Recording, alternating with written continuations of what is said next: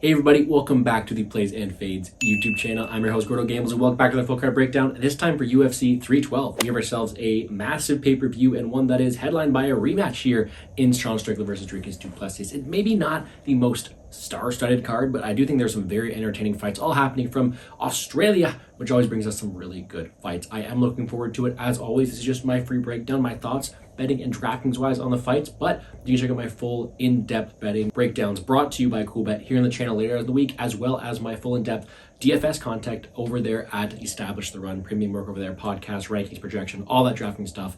That's where you can find the good stuff. Here though, it's not saying it's not good. You do got yourself a full breakdown here, trying to keep it short and sweet for 13 fights this week. I am looking forward to it. Without wasting any more time, let's dive in. The fight night started with the 9-0 Han Park versus the 8-1 Tumendemberel. You think the second time around with this guy would be a little bit better to pronounce his name, but I'm still struggling.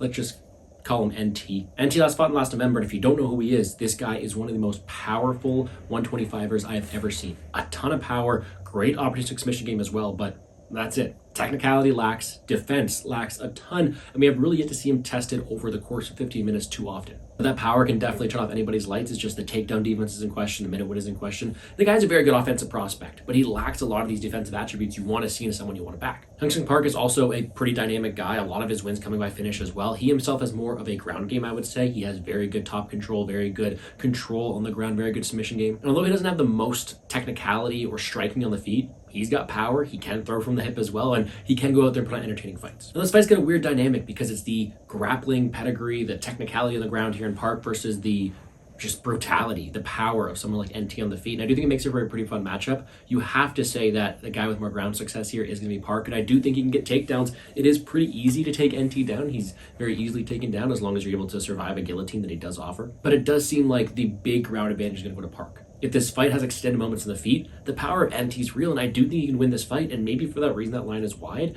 but I do think the big X factor here is the grappling. Here Park by a wide margin on the mat, and even on the feet, there's not much technicality for Tumendemberel, so I do think Park can go out there and have some success shall it come to it. So I think the biggest margin here is on the ground, and for that reason I will take Park. This fight as a whole though is one I want to target, one that I might even bet the under in, but a fight that should be really, really fun. Park's just coming off an 120 point win. We know he has a good ground game, and that's probably going to be his best path to victory, especially with the takedowns NT gives up. He's a solid play at 8.7K, especially in tournament, but I do have some interest in NT at 7.5. He only put up 27 last time, but we know how explosive he is. All these wins early, a ton of power, a very opportunistic submission game as well.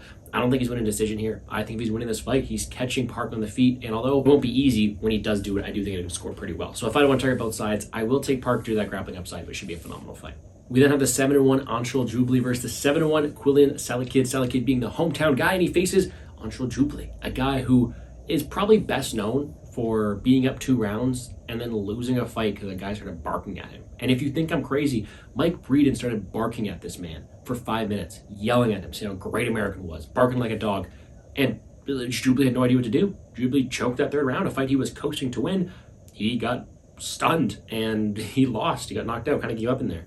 Now we have Jubli as the biggest underdog of the card. He's probably not the best fighter in general. He does have solid wrestling when he is in control, when he is the offensive grappler, and he can compete in the feet, but nothing really blows you away. He's there to be hit. We saw last time he is easily deterred, and on the ground, although he's a good offensive wrestler, he can be put on his back. He can struggle in the physicality department sometimes. He's just not the all-around best fighter. Now, he can land volume, and I do think his path to victory here would probably have to be some striking-related success, but you got to favor Salkilld. He's got very good power and a good frame for this division. I do think he's going to have the ability to land big shots in the feet, but his ground game seems to be the bread and butter. Very, very solid jiu-jitsu, very good opportunity to go out there and not only control from top positions, but threaten submissions. I do even think so on the feet that Salkilld is able to probably win optics there. Jubli's optics don't always come off the best. He's more of a point fighter on the outside. I think the more damaging shots in the home crowd behind him is going to allow Salkilld to win the minutes on the feet, but really have some success on the ground. I think if he shoots takedowns early and often, he can go out there and probably submit Jubli. I do favor Salkilld by a large margin on the ground, and I do think that he probably will go out there and do just that. Do I want to play him at minus 600? Probably not, but on DraftKings, 9.6K is a solid option. I do think he has grappling success. I do think he wins this fight at a solid clip, and although I won't be smashing him into every lineup, I will definitely have some exposure to him if I do like a lot of these dogs on the card. 9.6K if you can afford him, a very solid option this week. We then have the 10-3 Jousset versus the 7-1 Micallef. Micallef came off a victory over Canadian boy Muhammad Adu, a fight where he was able to have some early success on the ground and get that choke. That's kind of what he is. He does have some solid ground game. He will shoot takedowns at a high clip, but the guy doesn't really necessarily impress me all too much on the mat, and on the feet, he definitely leaves himself open to be hit, and he has been wobbled. So the guy here, Micallef, seems to have a very good opportunistic game, very good offensively, but struggles defensively in a lot of these areas, and unfortunately, he's facing a guy in Jousset who has the UFC experience, and I think who has the advantages in certain aspects, who's going to make this a tough matchup for Micallef. I'm not necessarily the biggest fan of Micallef. I do think he has his holes in his game, and look at a guy in Jousset, he's nothing to write home about, but he does have solid striking, very good physicality, solid takedown base as well, and he does have the opportunity to land some submissions in his own right. So do I personally see Micallef winning any minutes in the feet here against Jousset? I think Jousset is too sharp up there and definitely the sharper striker of the two. And then do I see Micallef having success on the mat? I don't think he's the physicality to get him down there, and I do think Jousset is sound enough to stay safe while it is down there. I have to pick Jousset. Not with the most confidence. He's not a guy I like to back at such high chalk, but I do think he brings a solid enough of a pace that he can go out there, win this fight, win the optics, especially against a guy who is as hittable and reckless as Micallef. With that being said, 9K Kevin Jousset doesn't always scream the best option to me. He did score 110 in his debut and 96 in his second one. We know the volume's there. He does have a hittable opponent in front of him. I guess he is a solid GPP play. It's just so tough for me to trust him at a high clip. With Steele and Topuria above him, it's a hard click, but I guess the more I think about it, he is a solid play on DraftKings this week due to his volume, due to potential knockout upside, and I do think he could even land takedowns if he wanted to. I just don't expect him to. So pretty safe play, a solid play at 9K, and depending on where ownership plays out, might get a little stab on him. Micallef, flip side of things, I do think is submission finish dependent, so 7.2K, I may sprinkle him in, but definitely not my favorite play. He's just a guy who's a little too reckless for my liking, and a guy who I'm not giving enough advantages in this fight to pick. Then we have the 7-0 Cody Steele versus the 25-6 Rongzhu. I love this fight. And I love me some Cody Steele, a guy who I backed on Contender Series, a guy who maybe a little bit of cash, but a guy who's a really good fighter. Base in jiu-jitsu, has fought a lot of great jiu-jitsu matches, and that's kind of his bread and butter. He is phenomenal down there, very quick, very smart on the mat, grappling-wise, but he's really honed into his boxing recently. A ton of power on the feet, melted his opponent in Contender Series with body shots, with the ability to walk him down and eat a few shots in return, but a guy who's striking is definitely improving. He's got very good in and out movement, very good ability to mix up wherever the fight goes, but I will admit he is a bit hittable on the feet just because he is throwing with such fighting intention, willing to eat one to give one back though. Rongzhu's also a pretty fun fighter. He will push a solid pace. He does have solid power on the feet, and he can typically mix in takedowns, but I'm not sure if he does any of that better than Steele here. You know, if he wants to take it to the mat, Rongzhu's been submitted 4 times, and that's Steele's best attribute of his game, in my opinion. I do think that's the easiest path for Steele. I do think if it stays on the feet, you do have to question if Rongzhu's going to be the best striker Steele's fought, and if Rongzhu's going to cause any problems for Steele, but I still have to favor the forward pressure, the big overhands, and the work of Steele. I would really like him to land takedowns here, but I do think that no matter what, this is his fight to lose. If money keeps coming in, I will be probably playing Cody Steele here. I do like him a lot this week. DraftKings wise, 9.1K, a tough guy not to play. I would have to say off the rip one of my earlier favorite plays because he's got such a solid submission base. And his guy here, Rongzhu, who has been taking down and finishing a lot of these bets. I think the takedowns will be there if he wants them. The submission could probably be there as well. And even on the feet, the pace he brings, I think he could go out there and score very, very well this week. At 9.1K, a guy I would be looking to play, a guy who I do think wins. And although I would like to see him wrestle to live off his price tag, a guy who I definitely can get there, give me Cody Steele this week. I do think he gets it done. Then we have the important one here, the 5-1 Alexander Topuria, 7-0 Colby, Slickness, Thicknesse. The fight that everyone's really looking forward to because it's Volkanovski's training partner versus Topuria's brother. Super fun to see that go out here together, and a guy in Thicknesse who we have to give him credit is taking this fight on short notice. Just a polarizing fight. You have a guy here in Thicknesse who there's a lot of questions about him. His striking's kind of a question mark. Has fought at a level of competition, and we haven't really seen him excel all too much, really set himself aside to be a UFC level talent. Whereas Topuria, I mean, this guy's 5-1, 5 wins, but against a horrible level of competition. We have yet to see his cardio really faced. We have yet to see him face any fighter with a pulse, really, anybody with a notable name. And he has lost fights. He's definitely not as good as his brother, I don't think, but you have to admit he is fighting and training with a better camp. You see that all around him. He's got his brother supporting him. He's a guy who I think the UFC wants to promote. It's just one day he's going to meet his match. And he was supposed to fight Cody Haddon. I thought Cody Haddon would have dismantled him here. So it's still interesting to see how he's going to fare against a guy who I do think isn't bad. I don't think Slickness is bad by any means. I just don't think he's good. I don't think he's great anywhere. You have to favor the power of the feet early of Topuria. You have to favor the striking in general of Topuria. And I do think Topuria can grapple a little bit. So is Thicknesse able to get him out of there survive to the second round, which is the big question we have? Maybe. And I do think for that reason, this line might be wide, but I think if you want to play Thicknesse, you kind of get a live entry. Early on, Topuria is probably going to look a bit dominant. He does have more power. I do favor him on the feet. But the cardio is in question, and so is the resiliency. So as this fight extends, I might like to play some thickness. Either way, though, I have to pick Topuria early. Although I don't want to. I'm kind of cheering for Slickness Thickness. Top 10 nicknames, in my opinion. DraftKings-wise, 9.3K, because I said he's got such a early chance to finish. 9.3K guy will be playing GBP favorite for me because he's got so much upside early. But Thickness, 6.9K punt play. He is a wrestler by trade, a guy who will go out there and shoot takedowns. And if he brings the pace, he could break Topuria, a guy who might have some chalk with him this week too. So I don't mind Thickness as a bit of an underdog punt play this week. Should be a fun fight. Have to pick Topuria, but hopefully Slickness can go out there and get it done. Then we have the 6-1 Kong Wang versus the 10-4-1 Brasil. Another fight that I have some interest in. It is an interesting one to say the least. Kong Wang got her 0 taken from her last time in an incredible upset. She was minus 1,000 going into that one, and Fernandez got it done. Faces a girl here in Brasil who also is coming off of a career best performance against Molly McCann. Landed some incredible body shots, managed range pretty well, showed that she can definitely compete. She is training over there with the Fighting Nerds, a girl who I do think is making improvements. But a tough matchup for her here. I would like to point out the line is wide. We just saw a little bit of a deficiency on the Kong Wang side of things. She's still minus 440. I do think Brazil's can make improvements, but you have to pick Wang in my opinion. I think she is someone who has the kickboxing experience, has a high level of competition, and we saw that she can also go out there and mix it down on the ground as well. She did get club and subbed last time, I would say. It's just not really in Brazil's repertoire to go out there and do that. She's more of an outside striker girl, and how often is she going to win minutes and decisions against Kong Wang here? Additionally, you have to look into the fact that Brazil's been knocked out before a few times, and Kong Wang has a ton of power, so it may only need one shot for her to end it here. Like I said, the line could be wide here, but I have to pick Kong Wang. I have to favor her in too many aspects here. DraftKings-wise, though, you don't have to play Wang. 9.4K, did score 104 in her debut, but is Brazil really going to push a pace to make her score well? Outscore the likes of Topuria, Steele, and Jousset, who I have all mentioned to be solid plays? I don't know. I kind of go elsewhere. She's nothing but a pivot play for me up top. It could get interesting, but a girl who I'm definitely not smashing into my lineups. I do think there are better plays on the slate. Then we have the 8-1 Tom Nolan versus the 8-4-1 Borshchev. Slavoclaws, I'll just call him that. Super fun matchup here. A fight that is expected to end us at the distance, and one that I do think is going to be very entertaining. You have the striking phenom here in Borshchev, a guy who is a phenomenal striker, a coach at ATT, and it shows that. He's got great technicality, great rips to the body, great reads in his fights, but his chin has definitely been a question. He was almost murdered by Chase Hooper, and he definitely has a really big hole in his ground game. Tom Nolan, on the other side of things, 8-1, big train, huge for this division, 6'3", a guy who does have a solid frame and a ton of power on his feet. He is very forward driven. He wants to go forward and take your head off, get a ton of power in doing so, and also a pretty sneaky submission game, but a guy who definitely leaves his chin up there and who can definitely be hit. Nicholas Moda knocked him out in a big upset in that fight there. I do think Tom Nolan mind defeating Qs, and I do think it is a very, very closely lined fight.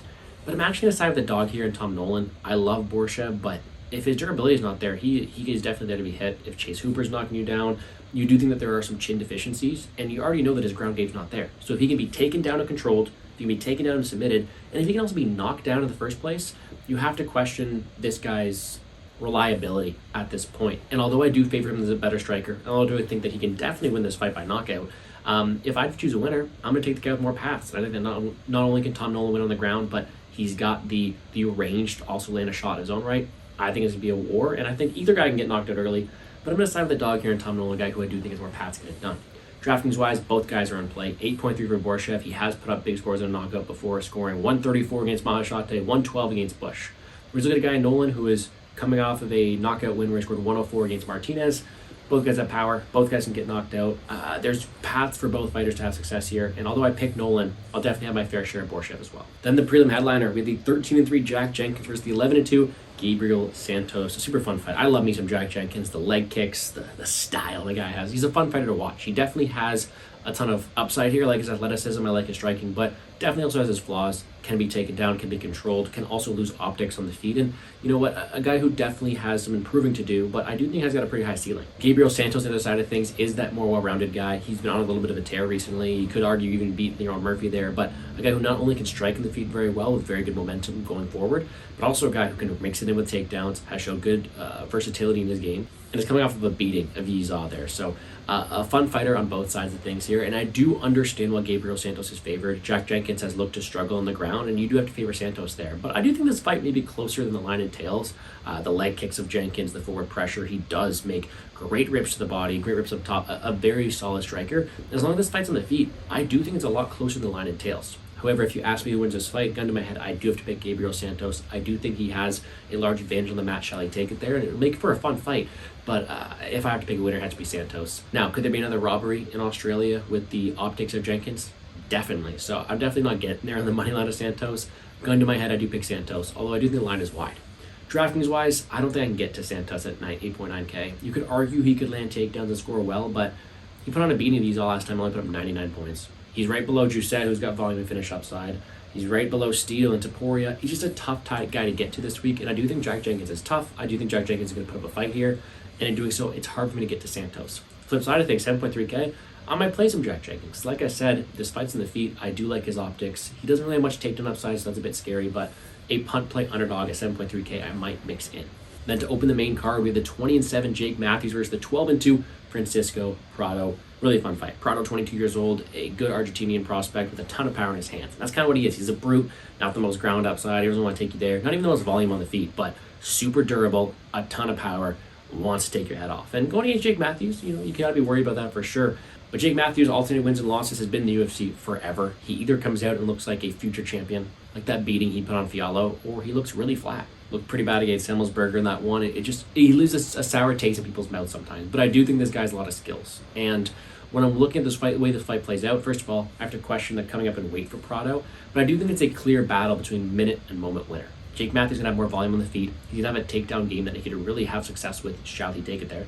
And aside from the big moments of Prado, I do think Matthews is the rightful favorite, but not this much. And I do think this line is wide. The optics from Prado with his big shots, his forward pressure, his cardio, his willingness to want to take your head off, I have to favor the moments to Prado, but I do think this line is wide enough for me to say, maybe I'll take Prado to win outright here.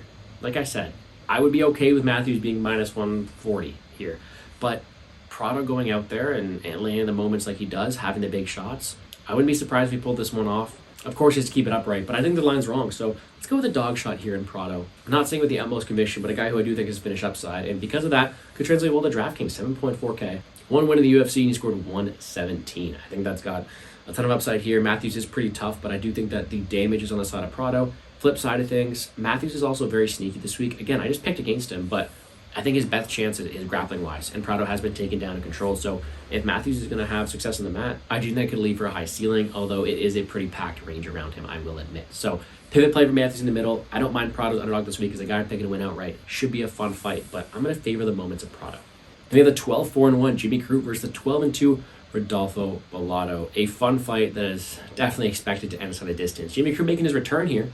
He is winless in his last four, but a guy who I do think at one point was the goods. I mean, he was a massive favorite over Jamal Hill, a massive favorite over Anthony Smith, even favorite over Menafield as well as last matchup. He has had such a high ceiling and high expectations from him that maybe he has not met. And that's probably due to because of his lack of fight decisions in there. He doesn't make a lot of mistakes, but utility-wise, he has all the tools. He's a big dude with a lot of power on the feet, a very solid ground game if he gets there, and a good ability to make reads.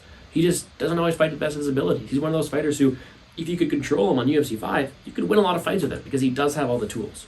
But that being said, his chin's definitely not there sometimes. He can be submitted. That being said, his chin's definitely not all there. And like I said, his fight IQ is definitely not the best. So going up here against Rodolfo Bellato, a guy who does have a lot of power, a guy who is coming off a knockout win, you can see kind of why Bellato is the favorite. I can't, though. I'll be straight up with you. I'm picking Jimmy Crute, another dog, back-to-back dogs here. And I'm just surprised at the line the way it is. I mean, you're going to make this Jimmy Crute guy a huge favorite of Jamal Hill and now underdog to Rodolfo Bellato, a guy who has been knocked out cold bad before, a guy who was almost knocked out, and this fight could have been stopped against Iro Pateria, now against a guy Jimmy Crute, who yes is on a little bit of a skid, but to solid level of competition, who's only 28 years old, who's fighting in front of his home crowd.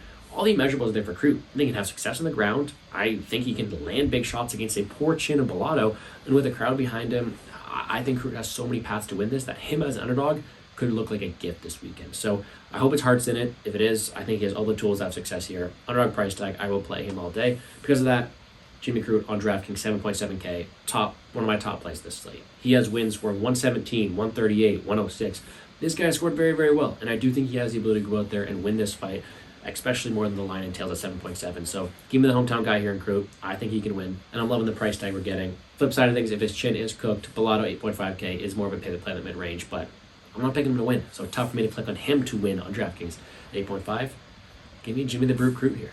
Then we have the 7-0 Taliesin Teixeira versus the 7-4 Justin Badman Tafa. Another hometown guy, another big popular name, and a big boy. I mean, this guy's got a ton of power in his hands, but a smaller stature, which is really ironic because he's going up against 6'7 Taliesin Teixeira making his debut here. A guy who's got also a ton of power, a guy whose frame and athleticism is freaky considering his height and how he's able to make it to this weight class. But two guys bring different styles, right? Taliesin Teixeira, huge favorite last time they went Contender Series, didn't really live up to the hype. We know he's got the frame, we know he's got power, we know he potentially has a ground game too, but he was being hit against low-level competition. He left it all out there, was still able to find that highlight reel knockout. But a guy who definitely has his flaws. Tafa, we know he also has flaws. He can be taken down and controlled easily. We know he can also lose optics on the feet because he doesn't really throw that much volume, but when he does throw, a ton of fight-ending intention. He's knocked out Hunsucker early, Porter early, Lane early. When this guy wins, it's typically very early because he is so powerful. Now, the real question to me comes down to, can Teixeira use his range and can he use his grappling game? Because those are two ways you can beat Justin Tafa at a high clip. But the truth is, if Teixeira comes in with the same style he did last time, I think Tafa's not going to mount. Teixeira was there to be hit last time. He did not fight the best of his abilities. And now, traveling across the world, taking on the big hometown guy here in Tafa, the next one to be tied to Ivasa, I think Tafa Badman can put him to sleep here. And I do have to favor such a big close. With so many unknowns, let's pick the hometown guy who I at least know what I'm getting myself into. 3 underdogs in a row. Give me Justin Tafa. Again, Teixeira could go out here, use his range, his grappling, look great. But I haven't seen that yet from him. And until I see him face a solid level of competition, I'm going to go ahead and pick the guy who I've seen proven at the UFC level. Give me Justin Tafa. Because of that, on DraftKings, another great fight to target. 7.8K. A guy who has put up a ton of points in his wins. 105 to Lane, 103 to Porter, 104 to Hunsucker, 104 to Adams. When he wins, he's scoring very well. So give me Tafa, especially him on DraftKings. Flip side of things, if Teixeira's winning, it could come with grappling success. So I'll definitely be sprinkling him in. Not a guy I'm exiting my player pool by any means. I'm just picking Tafa. And what I do expect to be a pretty close fight until someone's knocked out cold. And then the co-main event for the strawweight championship, the 25-3 Weili Zhang versus 10-0 Tatiana Suarez. Another super fun fight. Tatiana Suarez finally getting her chance here, and the girl's talented. We always knew she was going to get here. It's just a matter of when, because her wrestling truly is next level. She's a physical specimen who's got incredible chain wrestling, very good top control, and a very good submission game as well. And it's a power couple over there, right? But I mean, she is facing Weili Zhang, someone who has looked incredible, someone who is a fan favorite, and for good reason. She puts on fun fights, she mauls people, and she's just a ball of energy. She's powerful. She's got great power on the feet, great volume, great cardio, and has recently looked to improve her wrestling a lot, dominating her past opponents and looking really good doing so. We know she is top level. We know she can go out here and be a champion because she's a multiple-time champion, but is Tatiana Suarez ready? And I was so ready to go out here and pick her to win and pick an underdog to beat Weili Zhang until I saw Suarez was favored. And you know what? I get that. We have seen Weili Zhang taken down. Rose did it. Other people have done it before. Suarez is so dominant on the mat, you can expect her to take her down, have some success. But I'm still not a fan of Suarez's optics on the feet. We have yet to see her cardio really tested. And we do think she can either finish Weili on the mat or sort of win 3 to 5 rounds. It's tough for me to see that at a high clip. So I'm going to pick another underdog, my 4th underdog in a row, to retain the belt here. And still, Weili Zhang, I love me some Tatiana Suarez, but to make her the favorite against someone with the credentials of Weili is just a bit absurd. We have yet to see the cardio tested. I think she cuts a lot to get here.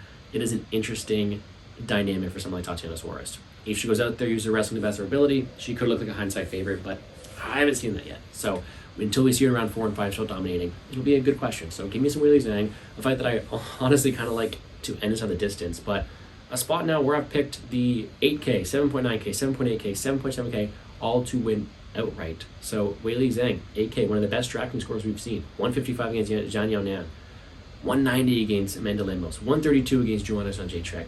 This girl scores phenomenally, and someone who I'll definitely want in my lineups. 8K, she's someone who, like I said, is probably going to have to drown Suarez, tie her out, beat her up on the feet to have some success, maybe throw some reversals. Someone who can score very well. Flip side of things, although I'm picking against her, Tatiana Suarez is also a good scorer. Scored 99 in her last 3, 156 before that. If she's going to win this fight, she needs to take down and control Weili Zhang. Something that she's going to do over and over again. Something that's going to score great. So I am on this fight, firing from all cylinders. One of my favorite fights starting on DraftKings, 5 rounds to work, and at that middle price salary. I'm picking Weili Zhang, but I will have both sides on DraftKings. It should be a phenomenal scrap. And then the main event, the 22-2 Dricus du Plessis versus the 29-6 Sean Strickland. I was at their first event live in Toronto. I thought Strickland won, but he didn't really separate himself. It was a close fight, and if that's the case, you can't complain either side. Now we have a huge favorite on the DDP side of things, and I'll go out there in a minute. I'm not the best with DDP fights. I don't think the guy's that good, but he's able to find a way. He's got a ton of power. He can mix it up on the ground and on the feet, and he is consistently going out there and doing the improbable and winning fights. Unreasonable to have him as the favorite? No, I get it. He's got more finish upside. He showed he can grapple at a high clip, and he was still looking great cardio-wise last time. But should he be a minus 220 favorite here? I don't think so. I am going to go out here and pick Dricus du Plessis. You have to favor his moment-winning upside with not only his ability to find that knockout at any time with his power, but also with the ground game. He had 6 takedowns last time. Sean Strickland is there to be taken out. I do think that could be another path for him. Which is the style he brings, the optics. I would not be surprised to see DDP go out here and win this fight. Again, I just don't know if he can live off that price tag because Sean Strickland is a tough puzzle to figure out. When he gets his boxing reads, he's going to go out there and look to bring the pace on you, look to beat you. And I did think he won last time, especially with the Australian crowd behind him. He can go out there and pull off another improbable win. It's just so hard to pick him here again when du Plessis, we know, is going to have the grappling advantage. We still know that DDP has the power advantage. And if he's improving the cardio, that's what Sean Strickland thrives on. So should be an interesting matchup. I also think the line's wide, but if I had to pick a winner here, it would be DDP. Unfortunately, but it's also because of the style they bring on DraftKings. DDP is one of the best DraftKings scorers we've seen. Averages 110, scoring 104, 120, 114, 118, 126 in his last 5 bouts. 8.6K, a guy who will definitely be looking to target, especially since he just got 6 takedowns against him last time. Whereas Strickland, a guy who will also sprinkle in. I have no need for dogs, but when he's won 118 against Imavov, which is aging great, scored 71 in a loss last time. I do think it's going to be a high-paced war. I'm not struggling for underdogs this week. I picked Whaley, Nolan, Tafa, Crute, Prado outright, so I'll be definitely having dogs to play, but I will still have some Strickland. Should be another fun fight. Kind of carrying this card from a name-wise perspective, but give me DDP. I'm probably still cheering for Strickland, but a guy here who I just have to favor the immeasurables of Dricus du Plessis. Unfortunately, not making it 5 underdogs in a row on the main card, but that's gonna do it for me here on the Plays and Fades YouTube channel. I'm cooking through my quick picks. We're taking Dricus du Plessis, Weili Zhang, Justin Tafa, Jimmy Crute, Francisco Prado, Gabriel Santos, Tom Nolan, Kong Wang, Alexandre Topuria, Cody Steele, Kevin Jousset, Quinlan Salkilld, and Hung Sung Park. DraftKings wise, up top, Salkilld I think wins this fight at a high clip. Topuria and Steele and Jousset are the 3 in the top range who I think all win and all have a ton of upside. Whether it be the early first round finish upside of Topuria, the volume potential finish upside of Jousset, or just the overall pace, grappling, and finish upside of Steele. I like them all. I think I favor it's probably Steele, but you have reasons to play all of them. In the mid-range, Matthews has grappling success, Hyung-Sung Park has wrestling success, and DDP has finish upside and wrestling success. All 3 of them are good mid-range plays. And then you want to target these fights in the middle. I personally like Weili with her wrestling upside. Tom Nolan and Borshchev, it's going to be a knockout to the winner, and I do think that the winner scores well. I did side with Nolan. Same thing with Tafa and Teixeira. They are GBB plays because they are so boomer bust with their power, but I do like me some Justin Tafa this week, as well as Crute as an underdog down low, because I do think he wins this fight, and I do think he scores very well in the process. Punt play-wise, Tumendemberel has a ton of power in this fight at moment notice. Prado's a ton of power. They could look very good in their wins. And then if you want to punt all the way to the bottom, Thicknesse isn't winning this fight without extending it with a wrestling upside and tiring out Topuria. He's a punt play for you this week. That's what I got. DraftKings wise, I'll probably play some violence in the Park Tumendemberel fight. Probably some other fights as well. I'm also picking a lot of dogs, so I'll definitely get there on Crute. And I'll probably get there on the Weili Zhang side as well. If you want to see the rest of my plays, check me out on Twitter at gamblesgordo or a full breakdown. Best Bets video sponsored by CoolBet out on Friday. I appreciate everybody for tuning in. Hit the like button down below, subscribe to the channel, show some love. I wish you all the best of luck on your DraftKings betting endeavors, guys, and let's make some money.